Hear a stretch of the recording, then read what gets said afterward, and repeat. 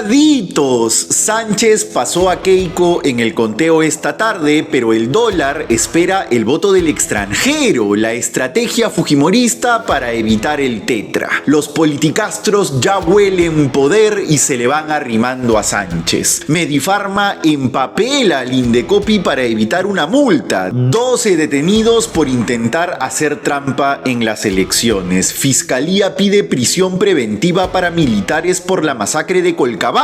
Tragedia en Filipinas. Un terremoto que puso en alerta a nuestra marina. Y el factor Movadef en su real dimensión. Empieza la contra.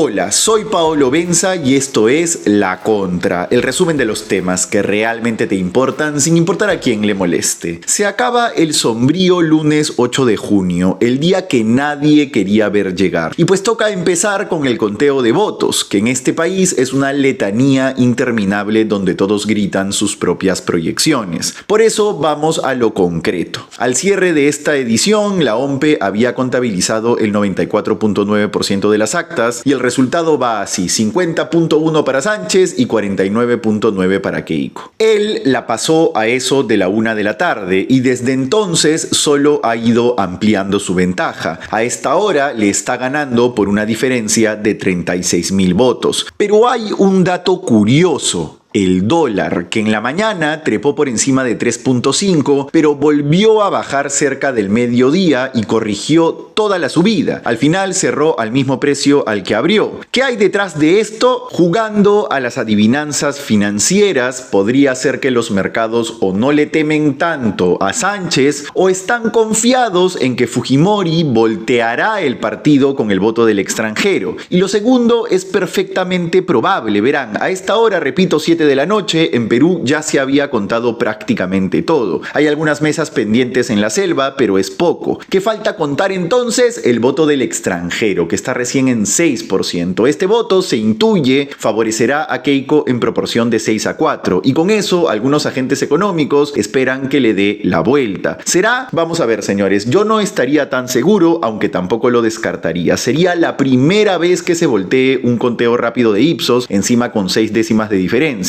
Pero el propio Alfredo Torres, el mandamás de Ipsos, acaba de decir hace unos minutos en Latina que en la mayoría de las proyecciones que están corriendo ellos, conforme avanza el conteo de la OMPE, gana Keiko. Y también, por supuesto, hemos hecho trabajos, cálculos internos, sí, con distintos escenarios, ¿no? Y la verdad, en la mayor parte de los escenarios gana Fujimori. Así que queda esperar. ¿Qué hay con las actas observadas? Pues aclaremos algo. Según José Naupari, abogado especialista en derecho electoral, las actas las observan las oficinas descentralizadas de la OMPE. Puede ser por errores aritméticos, por ilegibilidad o hasta porque no se firmó el acta. Según la web del Jurado Nacional de Elecciones, a esta hora hay 890 expedientes de actas que ya fueron remitidos a los jurados especiales y la web de la OMPE muestra que hay 1.524 todavía por enviar. Una cosa diferente es cuando algún personero de un partido pide la nulidad de un acta o impugna algún voto. Eso sí es a iniciativa del partido, como lo que pasó en 2021. ¿Recuerdan? Bueno, para eso tienen un plazo de 3 días hábiles a partir de hoy. Y Keiko ya hizo un llamado a los personeros de su partido a, cito, pelear y analizar cada una de esas actas. Esa es la estrategia que han trazado desde anoche. Cada uno de los casos impugnados tiene que ser resuelto por los jurados electorales especiales y en algunos, solo en algunos, se puede apelar al Pleno del Jurado Nacional de Elecciones. Prepárense que esto tiene para un rato todavía. Ahora sí, vamos con las noticias. Los futuros jales de Roberto Sánchez, con la volteada de tortilla que se dio entre el boca de urna y el conteo rápido de Ipsos con transparencia anoche, la concentración de Juntos por el Perú en la Plaza San Martín se volvió una suerte de agencia de empleos. Esa ya se la conocen. Nuestros reporteros estuvieron ahí y además de la emoción de los partidarios del sombrero, vieron varias caras nuevas. ¿Se van arrimando al poder? No les tengo que decir la respuesta. Comencemos por una sorpresa. Carlos Jaico, el rotundo perdedor de toda la elección. Literalmente el señor quedó último y tenía menos votos que un difunto, el candidato Napoleón Becerra, que lamentablemente falleció. ¿Qué hacía ahí Jaico? Quizás pasó caleta por haber sido secretario general de la presidencia de Pedro Castillo. Quienes más estuvieron, Ronald Atencio, el candidato de Perderemos, que suma, solo él sabe. Pero en su historia de Instagram pudimos ver algunos rostros más. Por ejemplo, a Alejandro Salas, ex candidato de Perú Primero, el partido de Martín Vizcarra. ¿Se estará acomodando él solito o intentará el indulto de su jefe? Luego, claro, también se vio a representantes de los partidos aliados, Carlomagno Salcedo, de Ahora Nación, Daniel Barragán, senador electo por Obras, y los muchachos de Primero la Gente. Pero uno que resaltó bastante fue Virgilio Acuña, que todos sabemos que ha sido cercano a Antauro Humala. El tío Garganta de Lata fue el candidato de Unión por el Perú cuando este partido propugnaba la liberación del líder etnocacerista. Pero también fue su consigna personal. Virgilio ha dicho que él y Antauro son amigos. De hecho, luego de que este saliera de prisión, Acuña fue una de las personas con las que se reunió primero y hasta estuvo metido en la incubación del partido Antauro, según El Comercio. Pero ¿y dónde estuvo el propio Antauro? Él recibió los resultados apartado. Publicó un video en su Facebook cuando salió el boca de urna. Pero miren nomás con quién. Jorge Paredes Terry. Ahora último ha sido candidato al Senado con Podemos Perú, de Pepe Luna, pero antes ha pasado por muchas banderas políticas. Fernando Vivas relata un poco de su trayectoria en una columna para El Comercio. En 2016, Paredes Terry fue candidato a la vicepresidencia con el Tapir Cerrón en el entonces Partido Perú Libertario. Luego pasó a ser una especie de negociador en el gobierno de Vizcarra cuando hubo un conflicto entre la minera Las Bambas y una comunidad de la zona. Y después dio un salto cuántico y fue asesor de Hernando de Soto en Avanza País. El señor se mete donde puede, ya conocen ese perfil.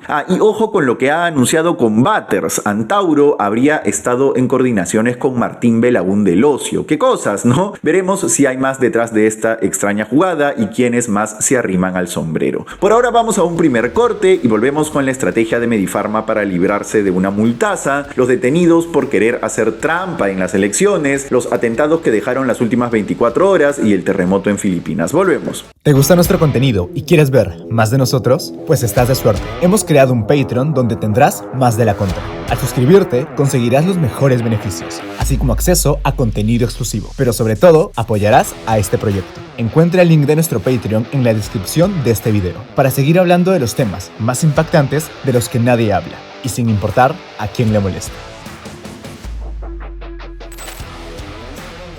Regresamos con la contra, el resumen de los temas que realmente te importan sin importar a quién le molesten. Y ya sabes, la mejor forma de sostener este espacio de periodismo libre es con nuestras membresías de YouTube. Te pasaremos completos nuestros documentos exclusivos, tendrás contenido adelantado y stickers. Solo tienes que cliquear en el botón unirse aquí abajo. Apoya el periodismo independiente. Titulares. 1. Medifarma empapela a funcionarios del Indecopi para frenar la millonaria multa que se le puede venir por el suero de la muerte. Ha pasado casi un año desde la tragedia que dejó 7 muertos producto de un suero fisiológico hecho por este laboratorio, y en septiembre Indecopi los multó en primera instancia con 2.4 millones de soles. En esa ocasión, la empresa de los Picasso Candamo, que ahora van tras El Comercio, presentó un pedido para frenar el proceso administrativo que fue rechazado. Pero según informa Semana Económica, la farmacéutica no ha cesado en sus intentos para evitar el cobro. Según la revista, Medifarma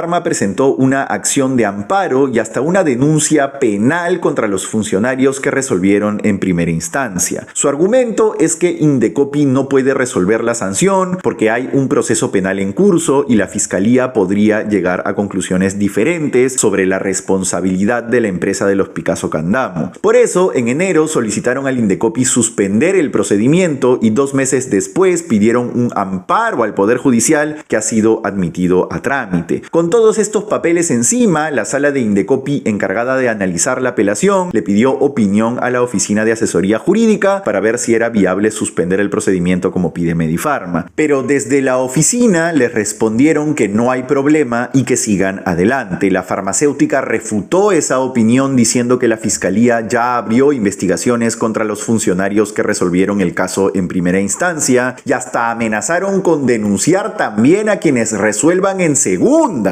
Robert Venero, abogado del estudio Diez Canseco que patrocina a Medifarma, dijo, y lo cito, si se verifican conductas similares, será inevitable incorporar a los responsables en las acciones legales. Indecopi ha dicho por su parte que recién dará mayores detalles cuando se emita la resolución final, que por cierto tienen hasta el 12 de junio para sacarla ahorita. 12 detenidos por intentar hacer trampa en las elecciones. La cifra la ha informado la policía. Pero no se trata de fraude, como ha querido insinuar en alguno de estos casos la defensoría del serronista Josué Gutiérrez. Son irregularidades comunes. Quizás el caso más llamativo fue el de un colegio en Los Olivos con el personero de JP Horacio Rafaile Guamayagi. El comunicado del partido de Sánchez admitió eso, que era su personero, pero no se explicaban qué hacía en ese local de votación porque ahí no lo habían mandado. ¿Qué pasó? Según investigaciones preliminares, habría marcado y garabateado varias cédulas. No se sabe aún qué quiso hacer o si seguía alguna directiva. Pero ojo, no es como algunos coleguitas han dicho, que se trata de un ex militante de Fuerza Popular. En su registro solo figura el APRA con afiliación vigente. Pero no fue el único caso en ese colegio. También fueron detenidos 3 miembros de mesa luego de que las autoridades detectaron lo mismo, alteración de cédulas electorales. Algo semejante ocurrió en un local de votación de La Molina, como reveló la periodista Carla Ramírez. Las cédulas igual fueron reemplazadas a tiempo. Todos estos fueron casos aislados. Pero por supuesto que hay que investigarlos igual.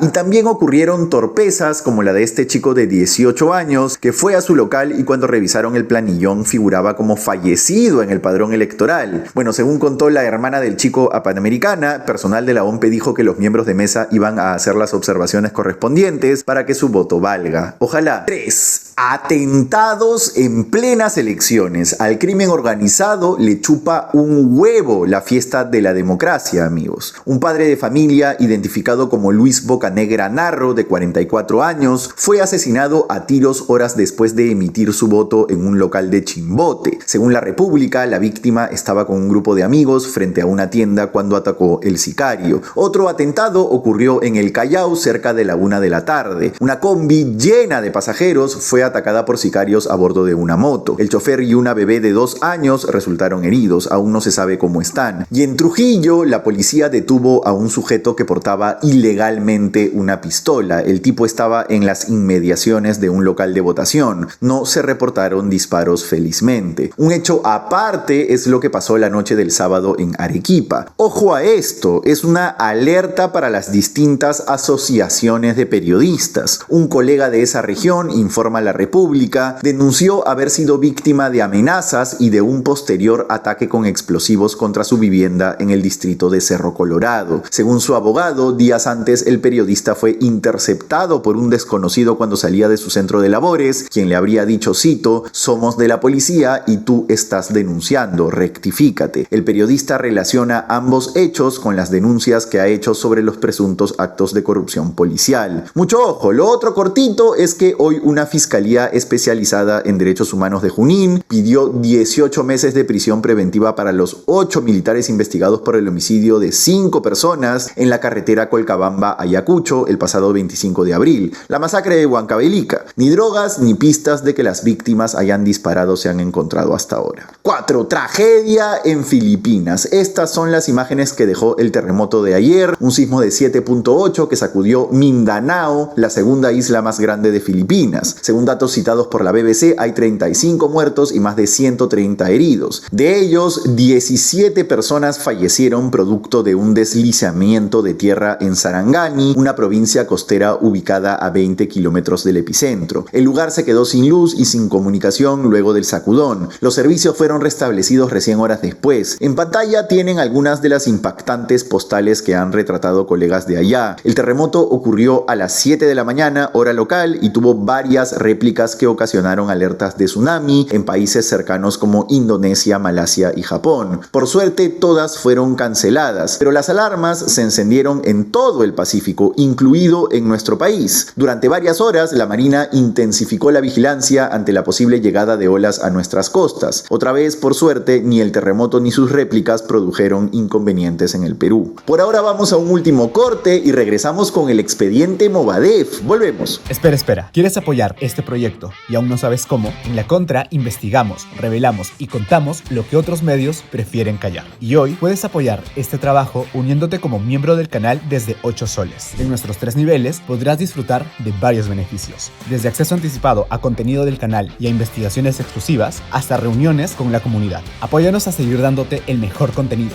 y únete a La Contra. Regresamos con La Contra, el resumen de los temas que realmente te importan sin importar a quién le moleste. Dale like a este video si te gustó para que el algoritmo se lo muestre a más gente. Like, mendigo likes. Y también suscríbete al canal. Si te gusta, cómpranos una membresía de YouTube haciendo clic en el botón unirse aquí abajo. También puedes yapearnos a este QR yapea que ayer estuve en una transmisión de 6 horas ininterrumpidas, señor. Estoy cansado. Cerremos. El factor Movadef cambió la elección. Hablemos con datos objetivos. ¿Qué es el llamado Movimiento por la Amnistía y Derechos Fundamentales? ¿Tiene realmente representantes en el Congreso? El clip de Jorge Nieto refiriéndose al tema detuvo a más de uno de marcar la JP. Se los digo porque acá conocemos a algunos y les aclaro también, es perfectamente válido el razonamiento. Cada quien decide qué límites tiene para darle su voto a un partido. Vamos a los datos. El Movadef nació hacia el 2009 como brazo político de un derrotado Abimael Guzmán. Eso es un hecho.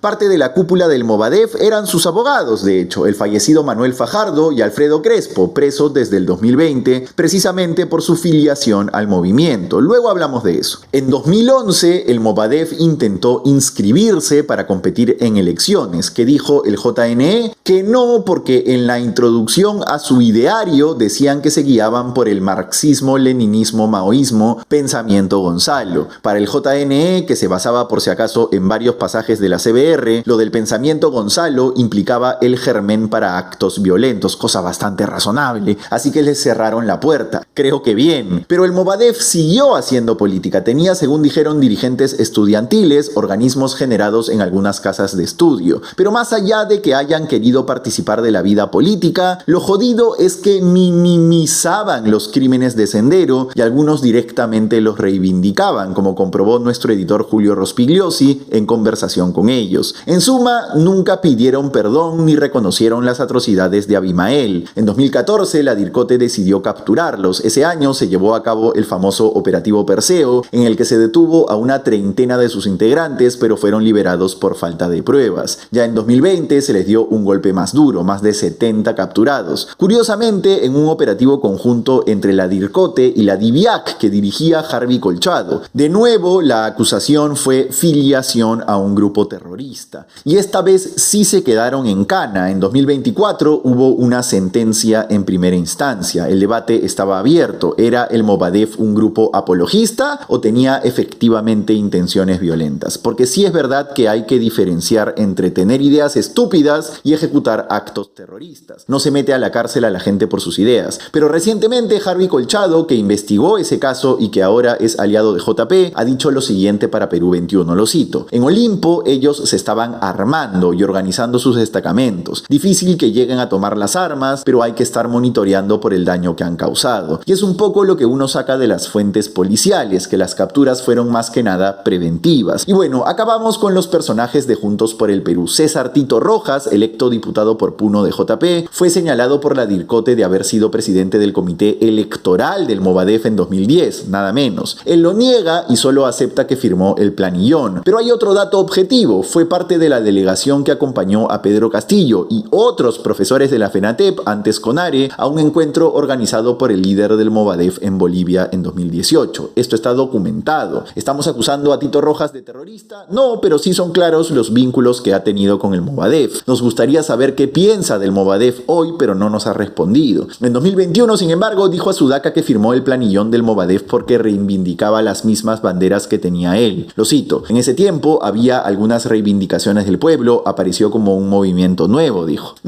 Ya, otro personaje de JPP es Moisés Chipana, electo senador por Puno. En 2017, el Ministerio del Interior de Basombrío presentó una investigación preliminar que lo pintaba también como representante del Movadef en la base de la Universidad San Marcos. También quisimos recoger su versión, pero nada. Hay que decir, eso sí, que ninguno de los dos estuvo en la mira de los operativos que les hemos contado, Olimpo y Perseo. Y que en estos, por lo menos, sería bueno separar la paja del trigo. La cercanía ideológica no es delito. Delitos son los actos terroristas. Lo que sí ya está claro es el vínculo que tuvo el CONARE, ahora FENATEP, con el Movadef, ¿no? Este grupo tuvo entre sus dirigentes iniciales al mencionado Tito, pero también otros que aparecían como miembros del Movadef, según el Mininter. Hoy, eso sí, la FENATEP rechaza cualquier vínculo. Y bueno, visto lo visto, hoy Movadef es un grupo debilitado, casi extinto, con sus miembros presos. Pero claro, quienes estuvieron rondando sus ideas, sería bueno que las aclaren, porque mucho daño le han hecho al país. Y bueno, la payasada de hoy es Alfredo Torres, que no sabemos si estaba dando los resultados de boca de urna o de qué estaba haciendo cosplay, trampolín a la fama o la bodega de Don Pepe. Digo, como leí por ahí, les faltó poner un saco de arroz costeño. Eso fue todo por hoy en La Contra. Disfruta, comenta, comparte este video en la noche de hoy o en la mañana de mañana, como más te cómodo. Y nada, señores, paciencia, calma y reconciliación después de que quede cerrado el resultado, por favor. Chao.